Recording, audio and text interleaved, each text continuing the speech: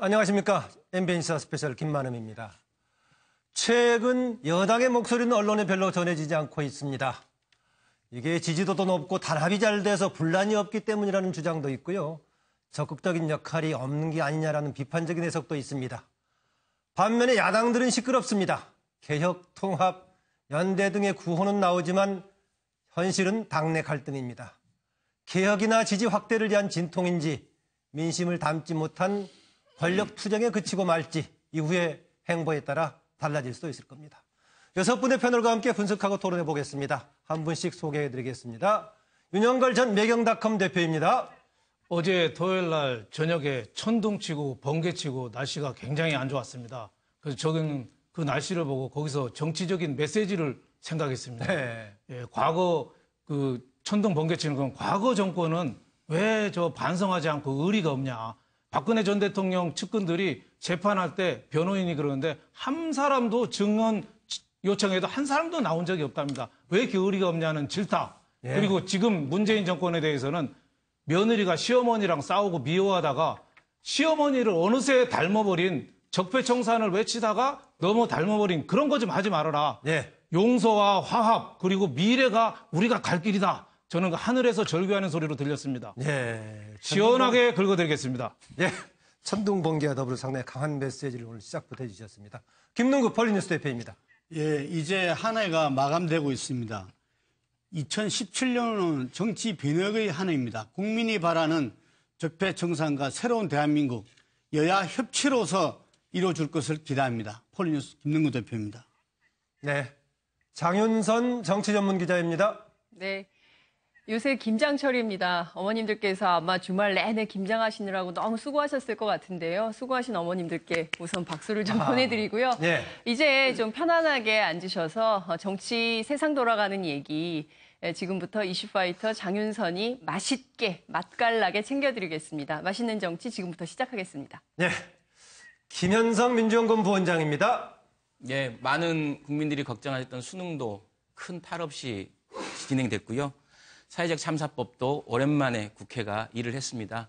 여문 생각을 야물게 행동하겠습니다. 호위여사 김현성입니다. 네. 이승훈 국민의당 법률부위원장입니다. 네, 안녕하십니까. 이승훈입니다. 네, 처음이라 좀 긴장도 되는데요. 국민들에게 다가갈 수 있는 그런 말씀 많이 드리겠습니다. 그리고 또 포항 지진으로 또 경기까지 뚝 떨어진 포항 경제에 포항 주민들에게 힘내시라고 말씀드리고 싶습니다. 그리고 대입시험이 끝났는데요. 수능시험이 끝났는데요. 그때가 저도 굉장히 행복했던 것 같습니다. 간만에 즐거운 날 되시기 바라겠습니다. 감사합니다. 네. 수능시험 끝난 학생들에 대한 위로까지 좋네요. 변한봉 자유한국당 수석부대변인입니다. 네, 안녕하세요. 자유한국당의 젊은 보수, 자유한국당의 미래를 기대해 봄직한 변환봉 성남수정 당협위원장 겸 부대변인 인사드리겠습니다. 앞으로 자유한국당의 젊은 모습, 개혁적인 모습 많이 보여드리겠습니다. 감사합니다. 네. 6분이 각기 여러 가지 소감을 전하면서 인사를 했는데요.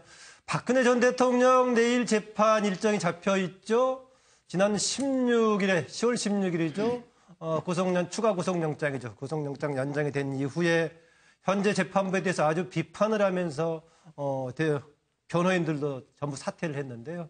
현실적으로는 내일 국선 변호인들도 사실상 어렵고 이런 상황에서 일정은 잡혀 있지만은 재개가 어렵지 않느냐 이런 진단들인데 그래도 변호사들 역할하고 법조인들이 아무리 잘할 것 같은데 이승훈 위원장 얘기 듣겠습니다. 내일 어떻게 진단하십니까? 예측하십니까? 네, 아마도 박근혜 전 대통령께서는 아마 불출석할 것으로 보여집니다. 네. 또한 이제 재판부 같은 경우도 한 2, 3회 정도는 불출석했을 때 걸석 재판을 진행하지 않을 것으로 보여지는데요. 다만 이제 2차 구속 만료 시한이 내년 4월이기 때문에 마냥 늦출 수는 없기 때문에 걸석 재판으로 진행될 가능성이 높습니다. 박근혜 전 대통령 같은 경우는 뭐 재판부에 대한 신뢰가 끝났다. 뭐 이건 정치 보복이다. 또 재판부 뜻대로 재판을 그냥 진행해라라고 했기 때문에 네. 앞으로도 계속적으로 재판은 불출석할 것으로 보여지고요. 네. 이런 박근혜 전 대통령께서 이제 방어권을 포기한 건데요. 일단 자신에 대한 관련 사건들, 예를 들어서 이재용 부회장이라든가 또는 문영표 전 장관에 대해서 모두 다 유죄 판결이 나오지 않았습니까? 네. 그렇기 때문에 어차피 지금 유죄 판결과 높은 형량은 피할 수 없어 보이고요. 따라서 재판 외에서 개인적인 어떤 고민들을 많이 할 것으로 보여지고요. 또 이런 일각에서는 이런 가능성도 제기되고 있습니다. 지금 항소심에 대해서 예. 혹시 포기하는 게 아니냐 이런 일각의 가능성까지도 제기된다는 건 말씀드리고 싶습니다. 항소심 만약에 포기하게 된다면 이후에 다른 사면 등의 조치를 일찍 받을 수도 있는 그런 일정도 예상할 수 있을 것인데 그건 두고 봐야 할 것 같고요. 예, 변한봉 부대변인. 현재 박근혜 전 대통령은 당에서 지난번에 출당 조치를 했기 때문에 당 소속이 아니죠. 그렇죠. 당 소속이 아닌데 출당 조치는 보수의 지금 개혁을 위해서 불가피하다라고 홍준표 대표는 이야기하면서 네. 대신 이후에 사법적으로 진행되는 과정에 대해서는 총력을 기울여서 도와주겠다라는 것인데 네. 어떤 방향으로 도와주겠다는 겁니까 지금? 그러니까 사실 박근혜 전 대통령이 지난 정부 자체가 모든 것이 국정농단이었고 필요 이상으로 많은 비난을 받는 것도 있는 것도 사실입니다. 그러니까 지난 정부에서 어떤 의혹이 제기가 되고 있거나 어떤 문제가 생긴다면 이것은 다 비리가 아니냐, 의혹이 아니냐, 지나치게 이제 한 것은 우리나라 법치 체계에 바람직하지 않기 때문에 당에서는 박근혜 전 대통령이 비록 우리 당에서 출당을 했었지만 한때 보수의 그 대표로서 나라를 이끌었던 것인 만큼 박근혜 전 대통령이 그의 그 죄에 부합하는 만큼만 그 책임을 지고 감당하도록 그에 대해서 이제 법적인 관심을 가지겠다라는 뜻으로 보시면 될 것 같습니다. 네, 박 전 대통령은 지금 이런 상황인데 박 전 대통령과 더불어서 이른바 국정농단의 주역이었던 최순실 씨 최근 재판에서 보면 본인이 아주 절망적인 느낌을 갖고 있는 것 같습니다. 그러면서 정말 못 참겠다. 지금 화면에 나오고 있습니다만 빨리 사형을 시키든지 더 살고 싶지 않다. 이런 얘기하면서 엎드려 있다가 다시 일어나서 책상까지 치고 했다는데요. 그러면서 했던 얘기 중에 하나가 사실상 그동안에 보면은 박근혜 전 대통령 옆에 있던 사람들은 모두 결국은 다쳤다. 정윤회 씨, 자기네 전 남편 정윤회 씨 경우에 빨리 빠져나갔기 때문에 그랬다는 얘기인데, 혹시요, 장윤선 기자. 네. 정윤회 씨 얘기 꺼내가지고 혹시 다시 국정농단의 논의의 무대에 혹시 불러내는 건 아닐까요, 정윤회 씨? 그럴 가능성도 굉장히 높죠. 왜냐하면 사실 이 사태의 출발이 따지고 보면 2014년 9월에 시작됐던 그 정윤회 문건 파문입니다. 그러니까 그때부터 세계일보가 특종 보도를 하면서 이른바 십상시 파문이 일었고요. 당시에 예. 이제 청와대는 이것을 문건 유출 사건으로 만들어서 사건의 본질은 은폐하고 그리고 이제 이를테면 부수적인 내용을 알려서 마치 이것이 이제 문건 유출에 큰 책임이 있는 것처럼 해서 박관천 경정이라든가 조응천 지금은 이제 국회의원이지만 당시에는 청와대 공직기강 비서관 등을 비롯해서 이 문제를 삼았고 다시 경찰 한 명이 죽기도 하지 않았습니까? 네. 그러니까 사실 이렇게 문제의 본질을 비본질적으로 이제 뒤덮으려는 시도도 있겠고요. 또 한 측면에서 보자면 본인 스스로 그동안 얼마나 큰 권력을 향유했습니까? 얼마나 큰 권좌에 있다가 정말 이게 언제 재판이 끝날지도 모르겠고 끝날만 하면 또 나오고 끝날만 네. 하면 또 나오고 계속 새로운 무슨 고구마 줄기 캐듯이 새로운 사실들이 계속 확인이 되니까 본인에게는 굉장히 부담이 되고 이런 재판 내가 해서 뭐 할까 이런 생각도 들지만 국민적 시각에서 보자면 최순실 씨의 이런 몸부림이나 아우성이 그때 그 한 청소 노동자가 네, 네 마디로 정리하지 않았습니까? 욕으로 했었죠. 예. 예, 욕을 했었는데요. 그것이 당시 이제 촛불 집회에서 굉장히 많은 시민들한테 공감을 얻었었는데요. 지금도 아마 그 상황에서 크게 달라지진 않았지 않았을까 이런 생각이 좀 듭니다. 예, 그동안에 평생을 뒷받침해 또 있는데 그동안에 감사 표시도 하지 않고 있다라고 아주 섭섭함을 표하고 있는 거죠.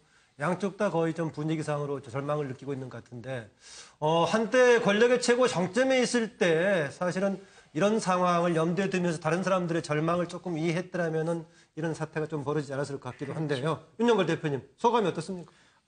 최순실 씨가 물론 올해 나이가 62세니까 한 1년 여세 감옥에 있으니까 한겨울에 오면 춥기도 하고 네. 좀 힘든 거는 좀 이해가 됩니다만은 저렇게 억울하다. 난 차라리 죽고 싶다. 죽여라. 성격이 참 대단하다는 소리 들어서 저는 박근혜 전 대통령도 어떻게 보면은 감당하지 못할 정도로 저는 기가 세신 분이 아닌가. 그래서 역시 옛날에 권력 1순위가 최순실 씨라는 말이 있었잖아요. 예. 그게 그냥 헛된 소리가 아니구나. 저 정도 할 정도면 대단하다. 그리고 또 하나는 박근혜 전 대통령한테 누를 끼치고 국정농단을 의해서 반성하는 소리가 아니고 자신에 관한 문제가 나오면 저렇게 예민해요. 네. 지금 뭐가 그렇습니까? 국정원 특별활동비, 특수활동비 자금이 40~50억이 청와대에 간 거가 최순실 씨가 혹시 썼을지 모른다고 해서 지금 긴급 체포얘기가 나오잖아요. 예, 예. 그러니까 본인이 지금 아까도 제가 의리 없는 사람들이라고 그랬는데 친박의 핵심이라든지 자유한국당이라든지 청와대 문고리 4인방들이 박근혜 전 대통령이 이슈가 나올 때는 조용합니다. 그냥 납작 엎드려 있다가 네. 자기하고 관련만 되면은 저렇게 화를 내요. 그러니까 왜 나 체포하냐. 네. 나 의리 없다. 다른 사람처럼 칼같이 정윤의 남편처럼 떠났으면 되는데 나는 있다가 내가 다 뒤집어 썼다. 억울하다. 그러니까 국정농단의 예. 주역이지만 반성하지 않는 모습이죠. 나중에 박근혜 전 대통령 국정농단 드라마를 100부작 만들면은 아마 주인공은 최순실 씨가 아닐까요? 저는 박근혜 전 대통령은 주인공 아닐 것 같습니다. 예. 많이 안 나오고. 그런데도 저런 식으로 하는 거 보면은 참 그럴 정도로의 어떻게 보면 의리도 없고 예. 좀 책임을 지지 못하는 좀 나쁜 그런 느낌을 많이 들었습니다. 가끔 보면은 그 책 제목하고 실제 주인공하고는 좀 다른 경우가 있는데 뭐 그럴 소지가 있는 것처럼 얘기하시네요. 조금 전에 얘기했던 김부체포 관련은 지금 국정원 특활비, 특수활동비 관련해가지고 그것이 최순실 씨가 개인적으로 쓴 거 아니냐 뭐 이런 관련해서 논의가 나오고 있는 거죠. 그렇죠. 그런데 말이죠. 지금 사안들이 또 추가적으로 국정원 관련해서 계속 일이 추가적으로 나오고 있습니다. 국정원 관련 하도 일이 많기 때문에 뭐가 가닥이 좀 잡히기도 어려울 겁니다. 처음 나왔던 것은 댓글 작업을 국정원이 직접 했던 것에다가 이후에는 댓글 관련 수사를 방해했던 것의 문제다가 심지어는 혹시 이제 블랙리스트 의혹도 나오고 있는 상황이고 수사 과정에서 가짜 사무실을 만들어서 했던 얘기도 있고요. 최근 논란은 특수활동 얘기가 나오고 있는데요. 바로 최근 또 하나 추가로 나온 것이 구체적으로 당시에 윤석열 수사팀을 와해시키려고 기도했던 그런 보고서 문건들이 지금 발견돼가지고 좀 논란이 되고 있는데 당시에 청와대에 보고서 올렸다고 하죠. 그런데 윤석열 당시에 수사팀장에 대해서 이거 안 되겠다라는 식의 얘기했는데 그 관련해가지고 당시에 국회에서 국정조사 과정에서 윤석열 당시에 팀장에 대한 이런저런 주고받고 질의응답이 있었는데 그 화면을 좀 먼저 보고 얘기를 나누겠습니다.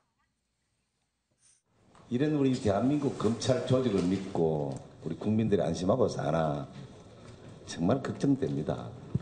우선 윤석열 지청장, 우리 정의는 혹시 조직을 사랑합니까? 네, 대단히 사랑하고 있습니다. 사랑합니까? 예. 혹시 사람이 충성하는 건 아니에요? 저는 사람에 충성하지 않기 때문에 예. 제가 오늘도 이런 말씀을 드리는 겁니다. 국정원 대선 개입 사건이나 이런 것들이 정치 보복을 이유로 수사가 진행되고 있는 것입니까? 저희들은 뭐 정치에 몸담고 있는 사람들이 아니고 범죄 수사를 하는 사람들이기 때문에 수사 의뢰된 부분에 대해서 법에 따라 수사하고 판단하고 있는 것입니다. 네. 예, 그 앞에는 그 지금 화면에 먼저 나왔던 것 먼저 설명을 드리면은요. 2013년에 국정조사 과정에서의 의원들의 질문에 대해서 답변했던 내용이고 이후에는 서울지검장 올해 10월 달에 되고 나서 했던 얘기입니다. 국정원이 당시에 2013년 무렵에 당시에 수사팀장을 맡아 진행할 때 올린 보고서 보면은 윤석열 지금 현지검장이죠. 그 팀의 팀장이었는데 팀 인적 구성에 심각한 문제가 있다. 상당수 교체해야 된다. 심지어는 제가 좀 확인을 구체적으로 못했습니다만 구성원들의 출신 지역별 이런 문제까지 조금 지적을 했던 것 같은데요. 문제가 좀 구체적으로 추가적으로 이렇게 불거지고 있는 것 같습니다. 김능구 대표, 이거 대충 어느 정도 좀 예상은 할 수 있었던 것 같기도 한데 일반적인 분석으로 봐야 될 거예요? 아니면 국정원이 여기저기 모든 쪽에 정말로 국정에 다른 국정, 국가 정보가 아니라 국가 운영의 국정에 개입했던 국정원으로 봐야 될까요? 예, 저게 그 이명박 대통령 그 시절부터 시작된 거 아닙니까? 네. 국정원이 그 댓글 팀을 갖다가 만들어서 아우라 같은 데도 보니까 제가 어느 날은 보니까 반 이상이 국정원 댓글 기사였다. 네. 이런 이야기 나와서 여론을 호도하고 그랬었는데 당시에 그 윤석열 지검장이 그 수사팀장으로서 국정원 댓글 수사를 할 때 그때 보면은 정말 말도 안 되는 수사 방해를 저 당시도 많이 했어요. 국정원도 그렇고 검찰 상부도 그렇고. 그런데 그때는 그게 그냥 다 넘어갔어요. 넘어가고 본인이 오히려 자천되는 이런 결과가 나타났었는데 제가 알기로는 윤석열 지금 검사장이 정치 성향상은 보수랍니다.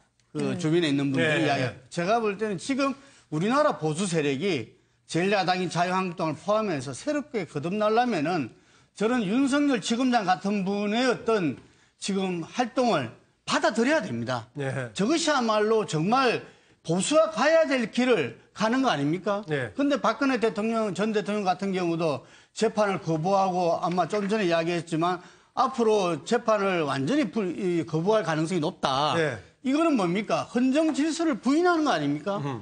민주주의 기본인 상권 분립으로서 본인이 불만이 있고 억울하더라도 그런 사법부의 판단을 갖다가 기다려야 되는 거는 예. 어느 정권에서 뭐 이전에 민주화 투쟁했던 분들도 다 마찬가지 아닙니까? 예. 그런데 대통령을 지낸 분이 그 부분을 거부하고 있고 예. 지금 윤석열 지검장의 저런 정말 법에 입각해서 자료에 입각해서 하는 수사와 조사를 갖다가 저렇게 사람을 교체하려고 했고 지금 또 여전히 저것을 갖다가 정치 보복으로 몰고 가는 것은 예. 정말 보수가 아직 정신 못 차렸다. 어느 누가 이야기했듯이 보수가 아직 바닥을 안 쳤다. 예. 저는 그렇게 생각합니다. 아, 그렇게 얘기하시는데 변환봉 부대변인. 네. 네. 그런데 뭐 보니까 자유한국당 좀 생각이 다른 것 같던데요. 심지어는 최근에 서울지검장 중심 그 이하에 있는 수사팀이 맡고 있는 것은 본인들하고 관련된 문제이기 때문에 제척 기피 대상 아니냐. 수사팀을 바꿔야 된다라는 주장을 네.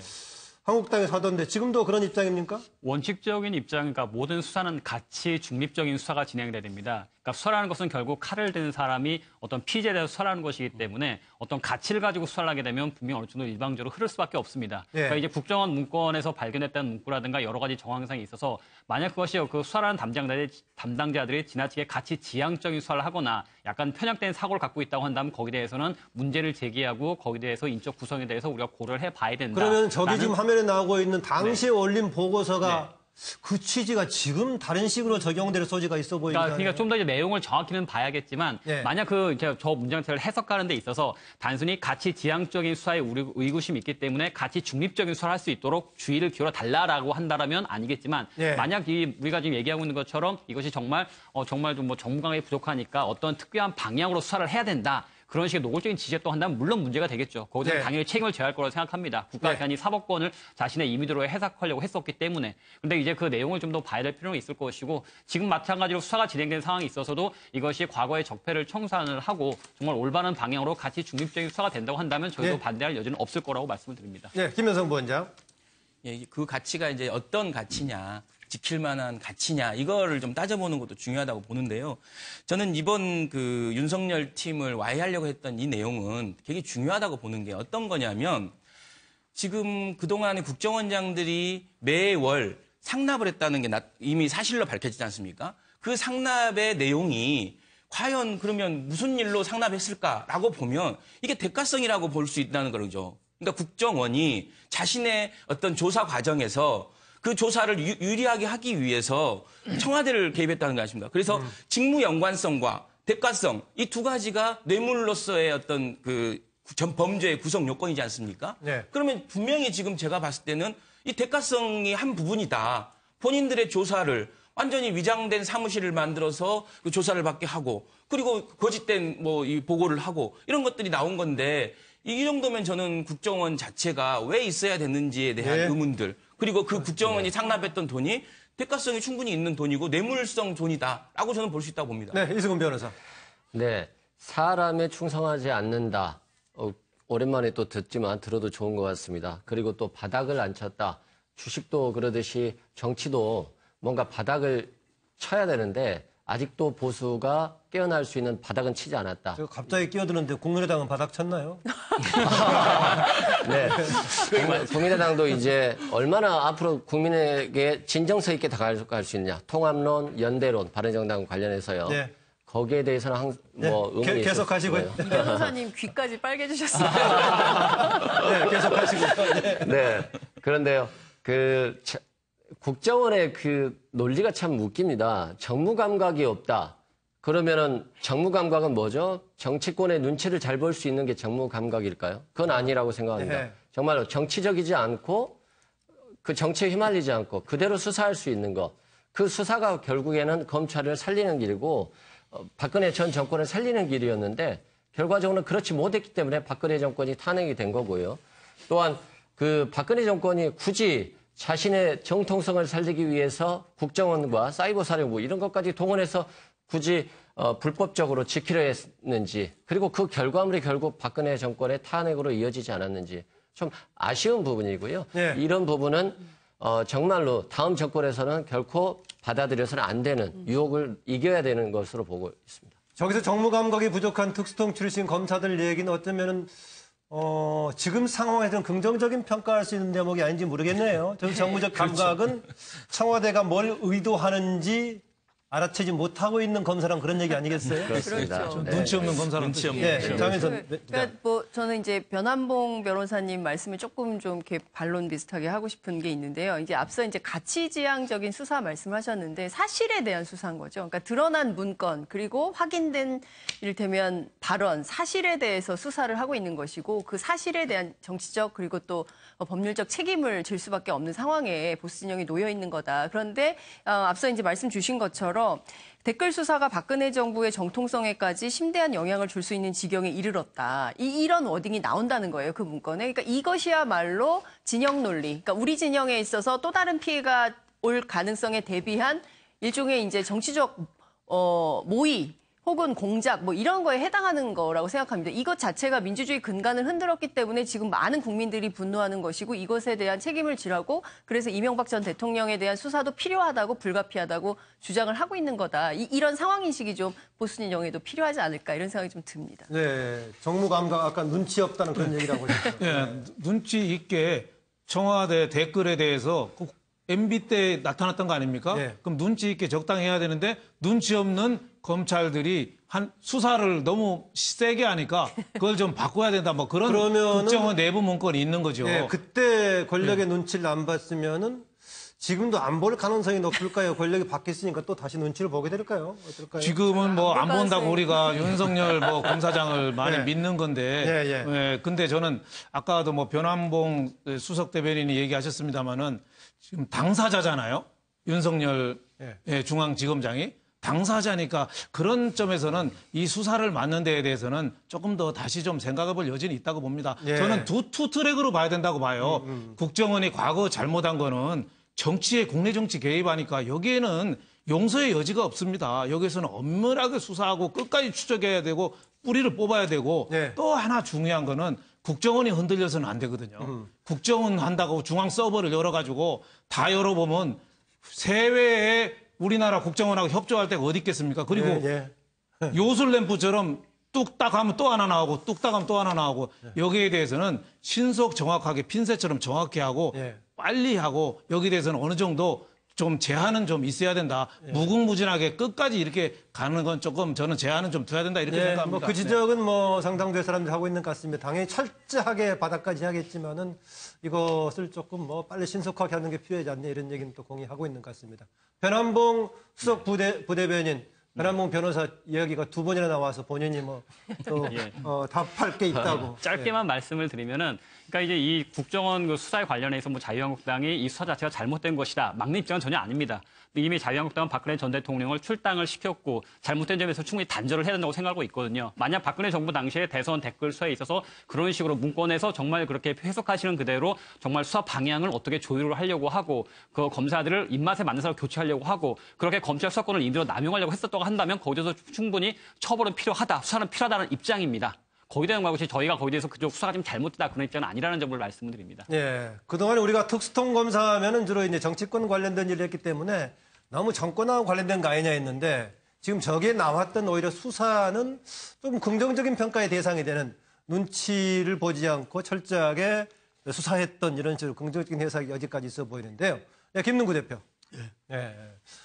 지금 윤석열 최 지검장은 지난번 그 팀이 눈치를 안 봤기 때문에 여전히 눈치 안 보고 사람에 충성하지 않는다는 말은 권력에 충성하지 않는다는 말도 되는데 좀 기대해 볼 수 있을까요? 지금 아까 한국당에서는 여전히 의혹의 눈초리를 보내면서 새 정부의 미션에 너무 충실하려는 거 아니냐 이런 의혹을 보내고 있는데. 우리나라가 제일 이렇게 아쉬운 점이 뭐냐면은 어느 각 분야의 전문가들이 다 있지 않습니까? 네. 근데 국민들이 전체적으로 신뢰할 수 있는 전문가 그리고 그 수련을 닦은 정말 우리가 인정할 만하고 존경할 만한 전문가가 없는 게 우리나라의 또 큰 이 난제 아닌가 이렇게 생각하는데 이 대목에서 저는 윤석열 지금 중앙지검장 같은 경우는 이 여야 보수 진보를 떠나서 국민들한테 뭔가 믿을 수 있는 사람, 네. 정말 전문가로서 공직자로서 어떤 표상을 보여주지 않느냐. 지난번에 그 압박 속에서도 자기가 사람에게 충성하지 않는다. 지금 공무원들이 저런 기계가 없었기 때문에 저는 최순실 농단 게이트가 이 전면으로 그냥 이게 다 깔렸다 보거든요. 네. 아무도 거부하지 않고 그 지침에 따라서 다 따라서 했기 때문에 국정이 농단됐는데 저렇게 거부할 수 있고 네. 정말 사람에 충성하지 않는 기회가 있는 그런 그 검사다. 저는 이래 보고 각계각층에서 바로 윤석열 지검장 같은 분을 표상으로서 우리가 공직자가 공무원들이 임해야 되지 않나 봅니다. 네. 김현성 부원장이 뭐 할 얘기가 있다고 계속 저한테 손을 드네요. 네. 좀 짧게 말씀드리겠습니다. 사실 지금 그 이명박 정부의 문제나 지금 박근혜 탄핵 이후에 결국은 이런 문제들이 어떤 심각성을 가지고 있는지를 저는 저희 법 체계 안에서 그렇게 심각하게 보지 않는 것 같아요. 저는 어떤 돈을 돌르고 이런 뭐 훔치고 이런 사기 이런 것보다 민주주의와 헌법을 농단한 아주 중대한 범죄입니다. 그러니까 여러분 잘 생각해 보세요. 댓글 사건이나 이런 문제가 국가 정치에 개입하는 국정원이나 군이 없었더라면 박근혜 대통령 당선 못했어요. 그게 부정선거였다는 겁니다. 네. 그 부정선거를 만들어서 4년을 통치한 거예요. 저는 그래서 더 심각하다고 보는 거고 이 문제를 가볍게 보면 안 됩니다. 단 하나의 댓글을 군이 달았다. 단 하나의 댓글을 국정원이 달았다. 그게 어떻게 죄를 사면할 수 있는 말이 됩니까? 예, 예. 절대 그래서는 안 된다고 봅니다, 저는. 장윤성 기자. 네, 앞서 이제 김현성 부원장도 말씀하셨지만 정말 공감을 하고요. 그러니까 중요한 거는 법을 아는 검찰이 국정원에 가담해서 이런 범죄 모의에 함께했다는 것을 국민들이 더 경노하는 거거든요. 네. 그러니까 국정원이 법을 잘 모를 수 있어요. 그럴 때 인권 수사하라고 혹시 국정원이 잘못하면 감시하라고 검찰을 보냈는데 엉뚱하게 오히려 본인들이 더 세게 했다는 눈치 없는 검사들이 거기도 있는 거죠. 예, 예. 어쨌든 이제 그런 문제가 있는 것이고요. 윤석열 검사와 관련해서 제가 조금 더 부연을 하자면 제가 취재를 해봤더니 그러니까 그 야당만 이렇게 문제 제기를 하는 게 아니라 여당에서도 불만이 있어요. 네. 그러니까 뭐냐면 말을 안 듣는다는 거죠. 네. 그러니까 그 이를테면 문무희 검찰총장 얘기도 잘 안 듣는다. 그러니까 그래서 윤석열식대로 수사한다. 그러니까 사실에 대해서는 제대로 수사한다라는 것이 있기 때문에 이를테면은 그 뭡니까 전병헌 네. 수석의 문제도 그래서 불거질 수 있었던 거다. 드러난 사실에 대해서는 다 수사한다. 그래서 여든 야든 뭐 다 물타기 쫄았다. 전략이라든가 이런 건 아니다. 그런 거는 아니라고 제가 취재를 해서 들었습니다. 예, 그러니까 장윤성 기자가 지금 윤석열 지검장 체제에 대한 신뢰를 조금 담보해주기 위해서 저한테 뭐 좀 할 얘기 추가로 있다라고 얘기하셨군요. 지금 국정원 관련 얘기가 추가로 나오고 있는데 제가 아까 그런 얘기했습니다. 국정원이 국가정보원의 준말이죠. 그랬는데 최근 진행되는 과정을 보면 그 정자가 줄이는 말이 정보원이 아니고 국가 운영의 정치 정자, 국정을 담당했던 원처럼 이렇게 되어버렸는데요. 이것은 우리가 조만간 국정원 개혁 과제에서 뭔가 개선해야 될 방향 같고요. 다 하나 조금 꺼림칙한 점은 있긴 합니다. 뭐냐면 지금 윤석열 지검장 체제에 대한 많은 신뢰를 보내긴 하는데 그동안에 우리가 국가 권력기관의 개혁 대상으로 국정원과 검찰을 얘기했는데 과연 검찰 스스로의 개혁을 얼마나 담당할 수 있을지 이것은 역시 과제로 남아있는 부분입니다.